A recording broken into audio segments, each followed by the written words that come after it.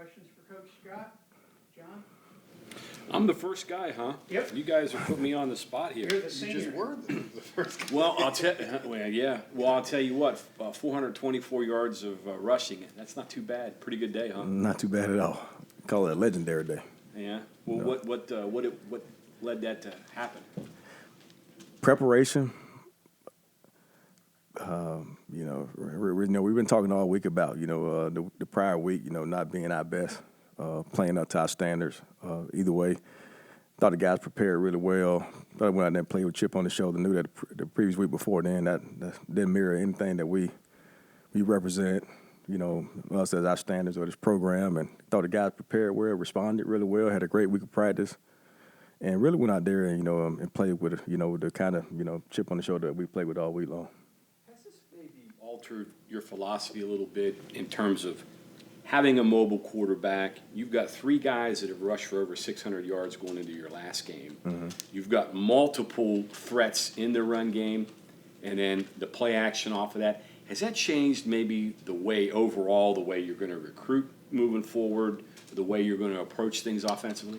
No question. Now, again, like a couple weeks ago, like I said, we at the point right now where we're playing the way we anticipated coming to the season, playing with, having the multiple options, being able to, split the defense and, utilize the quarterback in the run game and zone reads and find different ways to get the balls in the hands of guys that can make plays in space. From a recruiting standpoint, we'll continue to recruit those kind of players that can be electric with the ball in their hand and also have a mobile quarterback that can extend plays and make things happen beyond what's called. For Jaheim, I mean, you guys have talked very highly of him since he's got here. Is this just natural talent for him, or has he improved that much during the season? Well, I've always spoke highly of him. I was recruited, and I've been in there with him since day one. So I've always known the kind of talent he's had. Where he's grown and progressed is, how he. And it's always tough for freshmen just to understand how to practice, the approach you take to practice, and how to simulate practice reps like his actual game rep, and how to actually stay focused and locked in, and also just understanding pro, which I think I told you guys 2 weeks ago. I was going to be with him every step away, and make sure he is where he's supposed to be and doing all the little things right. But where he's progressed at big time is just really understanding pass protection in terms of what to look at. So he can not, looking at different pre-snap to a linebacker or feeling a different confidence-wise per a pass or a run play. So he's progressing just his whole approach to, how he practices. To be honest with you, I'm asking why he played the way he played Saturday. He practiced that way on Tuesday and Wednesday of this week. And actually had really good focus. We had great walkthroughs on Thursday and Friday, which typically on Thursday and Fridays, those are days where I pay the most attention to him to make sure he stays locked in. But he did a great job Thursday, Friday, and Saturday morning. Is that what makes a great true freshman being able to play, is practicing? No question. Just understanding how to practice. And even on, understanding how to practice them too, because you get 2 work days, Tuesday, Wednesday. Those days we trying to simulate everything from a coach standpoint that we can put in front of those guys that they'll see that'll happen on Saturday. So the first time it happens on Saturday, it's a reaction to it. It's an instinctive reaction to it, and not one there, catch them off guard. And then also, like on Thursday and Friday and Saturday, those are days the game plan is in, and you just want to sharpen your focus and literally and mentally walk through what you would do live in a walkthrough setting. And that's real tough for guys too. Those times where practice is a lot slower and it's a lot more time to talk to guys and goof around. And be honest with you, his last 2 weeks is where he's gotten he's been better. I always tell those guys that focus ain't intentional. So not natural. So you got to be intentional about it. And I would just say, hey, what doesn't come natural today? Say focus. And so that's where he's gotten better at. So is it at all hard at all for you as a coach that obviously he had a real big day, and even though CJ scored a touchdown, he was a little bit reduced and was uncertain prior to the game. But if you get CJ back at full strength and then having this of Jaheim, do you have to, wrestle that? And how do you work those two together if you get them both? Man, it's a great combination of thunder and lightning, man. It's a great problem to have, and it's not even a problem. You got 2 super superior talents like those 2 guys. They bring something different to the table. But you play both of them at times where they both may be in the football game, and they both got the kind of ability, and they're playing with that ability right now. The second half of the season where they're doing the little things right to create explosive plays. Where in the first half of the season, we weren't doing the little things right to hit explosive plays. And so it took a lot more carries to get yards, whereas now they're doing little things right to put themselves in position to get one-on-one and breaking tackles and making miss to hit the big plays. So it's not taking as many carries to get those yards. So you play both of them. At that point, CJ only got 5 carries, but on his touchdown, he broke a tackle, bounced off a guy, and like that's what you've been talking about all year. Really. Exactly. And here's what's unique about that. And he'll tell you this. He'll say that's his. He's never been more proud of a touchdown run than that particular run. First of all, he limped 13 yards to the touchdown run, but he literally did like the littlest thing to make that touchdown run happen. And if he continue to play with that kind of discipline when he's at full strength, full health, he'll hit those big plays all the time. But he'll tell you that he's never been more proud, more excited than that touchdown run because he'll tell you, I did nothing. I just ran through an arm attack, but I did nothing to create it. Where, because we talk about like letting the game come to you, don't press to make that happen. Press to do a little thing to make that big thing happen, and he did that. Going back to Jaheim, you said you recruited him, right? Mm-hmm. And we had a coach here years ago who felt like he lifted a rock and found a player in Steve Slayton. Did you kind of feel like you lifted up a rock and found a gem there? Were there other people that you were worried about, or was that one that you kind of? No, I would say so. I just do a great, just watch a bunch of film, and was able to find him. And I can remember it was a camp one day we came up with on a Sunday, and it was a downpour here. And it might have been about 50 kids here, and I mean he was a standout, big time. And so from that point, did a great job. Continued to build a great relationship. By the time we offered him scholarship, and I had already had a great relationship with him. And How long was that relationship? what's that? 2 years? Oh, you had a 2-year I think relationship 2 years. with him? Yeah, 2 years. When it got down to the end and he had that productive year, were you worried like, somebody's going to come in and Not at all. No, Solid he's a he's a relationship person. We had a great relationship. Got a great relationship with his family. So not at all. Got a great relationship. So like I said, I'm fully aware of how capable he is of doing what he's supposed to do and what he's capable of doing. I always knew he was an elite talent. Again, it's just doing little things right. And again, like I said, it comes with being a freshman, understand how to, practice with great habits that allow you to play your best when your best need, like you did on Saturday, and play with the kind of focus you needed. Okay, you said it was 2 years, so that would have been what, his sophomore or junior year? Mm-hmm. Sophomore, end of his sophomore year, junior, senior year. Had to be a real little guy. You had to be doing a little projecting there, thinking, is he going to get a little bigger? Is he going to, that kind of thing? He's always been by that. Think about it. He's short. He's not little. Man, he's thick. He's short, but he's not little. He put together. So there wasn't a lot of that. Well, he needs to put on. I think when we first met him, he was probably 175. Still, like I say, big lower body. About 175. What's going to be his peak, or what's his optimal weight when he's fully? Right now, he's 190 pounds. I don't ever foresee him being no guy that's heavier than 200 pounds. I don't think it's a need to.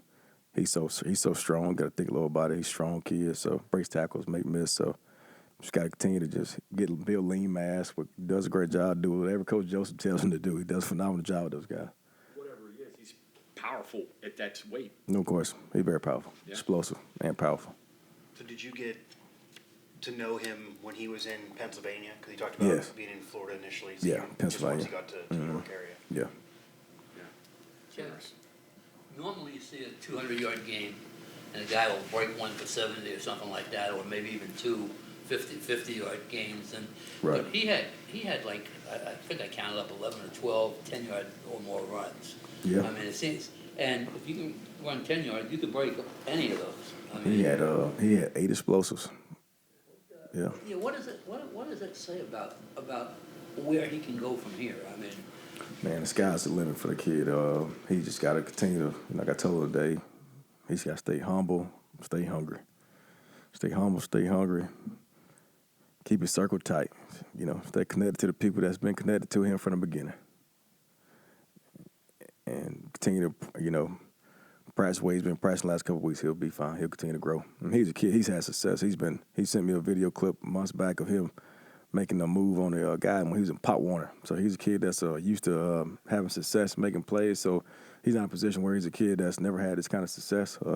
So he understands how to handle it. And, it was a unique deal last week. I think on Thursday or so, deal comes out where he's rated the highest freshman. So interesting to see, him respond and go play Saturday and not allow that to get to him. So he's used to having success, been doing it since Pop Warner. So you just got to continue to stay humble and hungry. Sorry, I know that there's a process, and he had to get through some things to earn the trust and all of that. But looking at what he's done, he's got 80 carries. He's averaging, 8.3 yards a carry? He's sitting in the back of your mind going, man, I wish he'd had maybe 20, 25 more at this time or whatever. Yeah. You think about that in the back of your mind? No, not really. It's progression. Things happen where it happened. Early on, he struggled big time with pass pro. Heck, he missed a blitz last week in Oklahoma. He got Garrett hit pretty big. So it's progression. And he, where he is right now, everything happens for a reason. He's progressed really well. He's had a chance to see some of the mistakes early on and learn from them. Where this happened in practice in the game. So I think, things happen for a reason right now. So I don't. He's where he should be. He's where he should be, yeah. Okay. Obviously, athletes a lot of times they're just playing. They're not worrying about what happened, like John brought up, 15 plus 20 years ago. But did you at all let him know, hey, Steve Slayton, like John brought up, did this? You're now in that conversation. No, Yeah. I have. You think he's fully aware of even how great he's being in only this early in his No, career? I don't think he's fully aware of it. I don't think he's fully. I'm pretty sure. almost maybe a I'm good pretty thing sure. even in your eyes? I'm pretty sure some people outside of here told him that, but I'm not sure he's aware of it. And going back to your deal too, John, on the deal where it's probably a great thing because right now, this late in the season, as coming in as freshman, they're not used to practicing at this level, playing these games against this kind of competition. So at this point right now where he is, his body feels great. He hadn't accumulated all the tread, throughout the season where he would get to this point and he wouldn't be as fast or be as beat up, So even at this point right now, like he's fresh, his body feels good, he's not beat up. So The next thing is repeating it because now people know him, they're aware of him, they're going to game plan for him. So that's his next step, I guess, right? yeah, that's the next step. But our mindset in that room, if you don't feel like you got nothing to improve, you'll never improve. And I had the same mindset every day. For the years now, we've been consistent in that room as far as being productive, and it's been my mentality, it's been their mentality. So we say it every day. If you don't feel like you got nothing to prove, you'll never improve. So he knows still something he can go out there and improve on. Heck, he had a great run toward the goal line where he attempted to make the guy miss. He didn't go. He said he didn't go for my move, coach. So I just ran through him. Well, I'm gonna say, well, he got to make that guy miss. So things like that, he got to improve on. Yeah. If you would, in the position of the defensive coordinator for a moment, and Garrett has the ball and he's got it in the belly of Jaheim. Mm-hmm. I mean, what could possibly do? It's tough. I mean, he can't take both of them. You can't take both of them. And before you even get both of those guys, man, I'm telling you, I've said this to you guys before, like the nucleus of our offense is that offensive line, and I think they're the best in the country. And I've said that from the beginning. And so you can't take both of them, but you also got to play through those guys. It ain't so easy doing that as easy, so. Exactly. You got Horton running deep, and you got, like Devin Carter's been doing a phenomenal job winning one-on-ones. You got Cole Taylor that commands one-on-one attention. If you don't, he can catch the ball. You saw his execution on a 2-minute drive going into halftime. You got a guy like Traylon Ray, young guy that's catching balls. So with the kind of weapons that we got right now, the defense that we faced early in the year where it felt like we was going against goal line defense with 8-9 guys in the box at the beginning of the season, with all the guys, flourishing and, playing up to their potential, and even though they're not there, they're playing up to their potential. We're starting to see the defense that we thought we see coming in with the kind of talent. Just guys got to win their one-on-ones. They've been doing it.